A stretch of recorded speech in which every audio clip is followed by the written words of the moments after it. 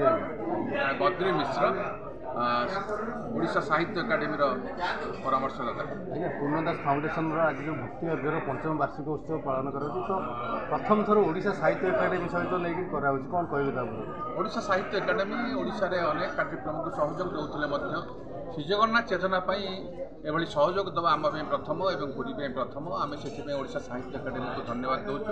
पूर्णदास foundation जी मुख्य पूर्णदास तांकर उद्यम 5 वर्ष काल पुस्तक बाहर अनेक पुस्तक बाहर अनेक गवेषक आसुच्च राज्यस्तरीय एक आलोचना चक्र निश्चित भाव में नेतृत्व को भक्ति भाव समर्पण आज भक्ति अर्घ्य को बारंबार जन्म देती।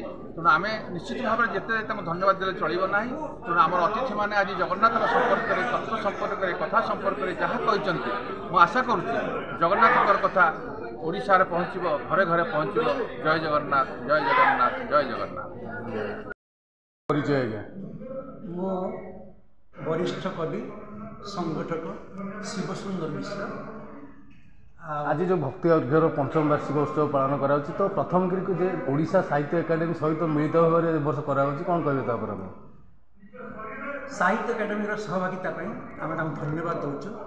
किंतु पूर्णदास फाउंडेशन एकक उद्यम निज उद्यम निज खर्च सबकिछि करिथाए। पूर्णदास फाउंडेशन गरीब दुखी कटिका मूल्य को साहाय्य करिथाए, बहु अनुष्ठान को साहाय्य करिथाए, व्यक्ति विशेष को साहाय्य करिथाए, जो माने क्षताक्त होइथांती दुर्घटनाग्रस्त होइथांती तांको भी साहाय्य करिथाए। भक्ति अर्घ्य अनुष्ठान ए पर्यंत 5टी भक्ति अर्घ्य पुस्तक उन्मोचन करानी।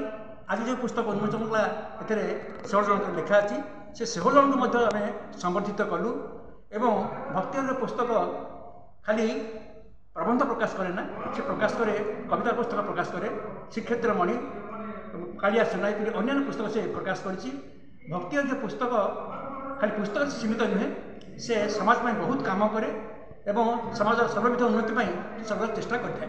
आज्ञा पूर्णचंद्र फाउंडेशन केवल पुरी रे सीमित नुह, पुरी सदर भी विभिन्न लोक साहाय्य कर नुह बहु पुराना काल भी साहाय्य कर कौन कह पूर्णदास फाउंडेशन जो कथा आप ठीक कहले सुंदर कथाटे से केवल पुरी रे सीमित नुहे, समग्र ओडिशा रे तार कार्यकारिता अच्छी और समस्त ओडिशावासी से साहाय्य कर विभिन्न माध्यम आलोचना करी संगोष्ठी करी कर्मशाला करी एवं जगन्नाथ संपर्क में अधिक अधिक ज्ञान प्रचार करी से तार कर्तव्य समापन कर। आज पुरी रे एते सुंदर भाव में गोटे 5 तारका होटेल रे जते कार्यक्रम सुंदर भाव में परिचालना कराला श्रेय क्या मिले? श्रेय समस्त मिलवा मु आशा करे आपण मैंने ग्रहण करेंगे अधिवक्ता सीनियर एडवोकेट पूर्णचंद्र दास जे अनुष्ठान प्रतिष्ठाता एवं जे अनुष्ठान समस्त खर्च बहन करते निज सुउद्यम।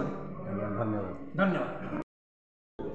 मु एडवोकेट पूर्णदास फाउंडेशन अध्यक्ष भक्ति अर्घ्य पत्रिकार परिचालना संपादक। आज्ञा भक्ति अर्घ्यर आज 5म वार्षिक उत्सव पालन करा कौन कह आज भक्ति अर्घ्य उत्सव हूँ अनुष्ठान 5म लोकार्पण उत्सव। ये अनुष्ठान जगन्नाथ चेतना गवेषणा संस्कृति और प्रचार प्रसार उपर यार ध्यान दिए। एतद व्यतीत अनुष्ठान समाज सेवा गुरुत्व दे आसी से तार कार्यक्रम चलती। अनुष्ठान वर्ष को 2 थर हूँ भक्ति अर्घ्य प्रोग्राम करे। गोटे हूँ आमर प्रबंध उपर जगन्नाथ चेतना संस्कृति भित्तिक भक्ति भित्तिक प्रबंध उपर हॉलिडे रिसोर्टर सम्मेलन कक्ष। द्वितीयटी हुए यथ हस्टेल स्थितिकानुसार वर्ष को 2 थर सम्मान दि जाए। गोटाए हुए भक्ति अर्घ्य गवेषक सम्मान आ गोटे भक्ति अर्घ्य संगठक सम्मान एवं स्तुतिगासन दि जाए पूर्णब्रह्म सम्मान एवं पूर्णब्रह्म संगठक सम्मान। आज की 5म लोकार्पण उत्सव या भितर भक्ति अर्घ्य तार 5 खंड शीर्षक काढ़ी सारा। अनुभव श्री जगन्नाथ, साहित्य श्री जगन्नाथ, पुराण श्री जगन्नाथ, भक्ति तत्व श्री जगन्नाथ से स्तुतिगान उपर 6 खंड बही काढ़ी सारे।